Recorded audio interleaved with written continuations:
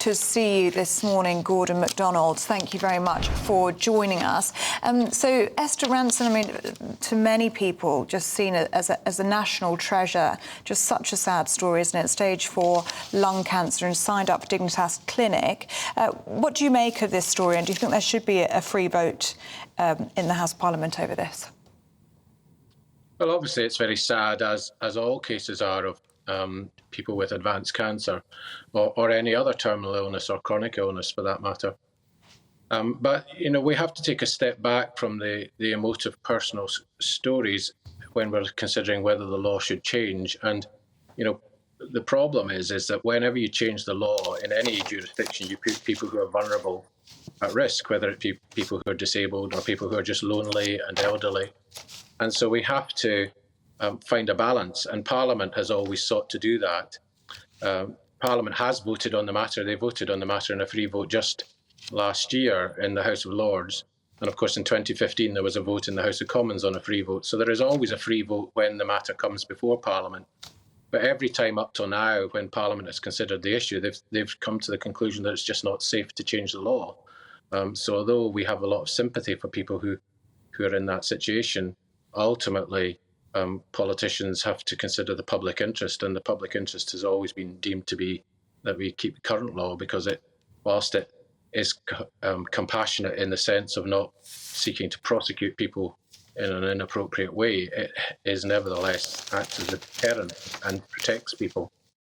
Yeah, I hear that, but you're also subjecting, Gordon, people like Esther Rantzen potentially to a hideous, terrifying, painful death, devastating for her family and friends, and she will be one of hundreds of thousands of people who are going to be subjected to this. Well, I think there's no evidence that she's going to have a painful, hideous death. Well, lots of people do, Gordon.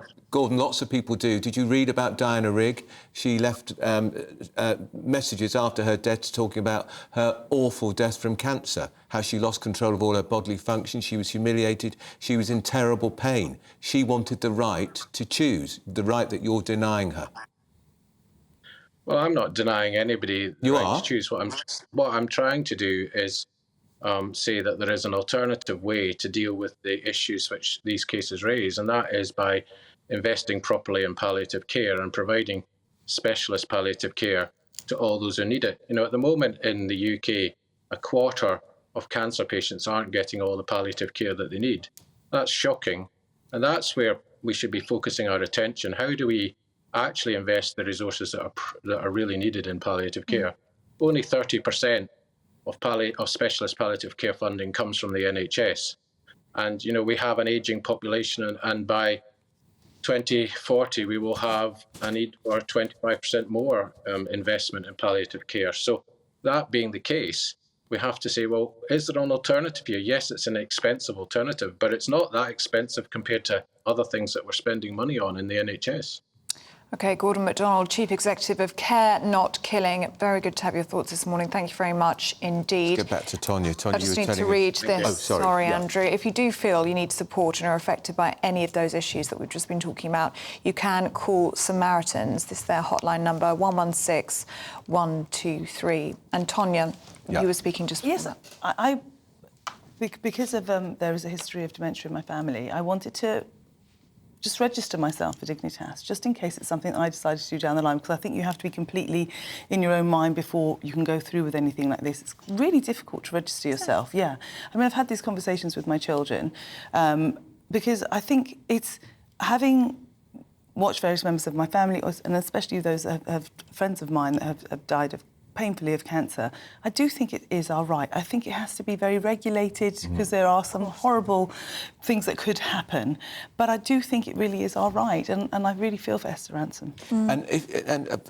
What I'm told, I mean, the bill that failed in the Lords, Baroness Meacher's bill, would have said if you've been told you've got 6 months to live and then you have 2 doctors to check you that you're sound in mind, then you should be permitted to choose the way to go, and that would be then 2 doctors would be there as well, and they'd apply some form of sedative to ease your passing. That sounds like a sensible way forward. That sounds reasonable, but there are people that are you know, that things have happened to them that they don't wish to carry on, and they could live for a lot longer than 6 months. I think the point is that if you if you're able to go to another body, do it. The people that go with you to hold your hand when you make this decision to do should not be prosecuted. That's the key issue for me. That is the key point. I mean, if you are, it is your right to decide if you want to die. But when you take a relative with you to go and help you, they face prosecution. Now, the way the system seems to work is that a blind eye is often turned to the fact that somebody has actually helped somebody else.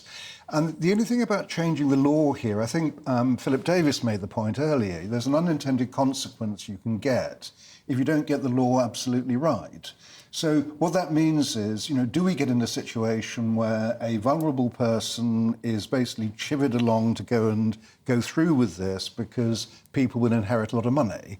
Now, I know that would be a rare kind of occasion, but you have to actually be aware of that. Yeah. And so the blind eye bit means that if you're doing it because, out of pure compassion and mercy for the person who wants to die, that's one thing. If you profit out of it, I can understand why the police might want to take a second look.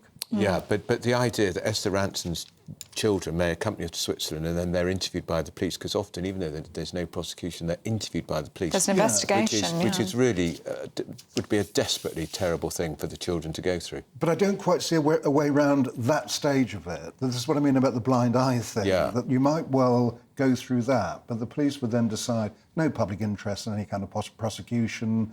Provided the police treat that process really sympathetically, I can understand it. I'm just a bit worried about removing all those checks and balances and what might happen at the end of the day.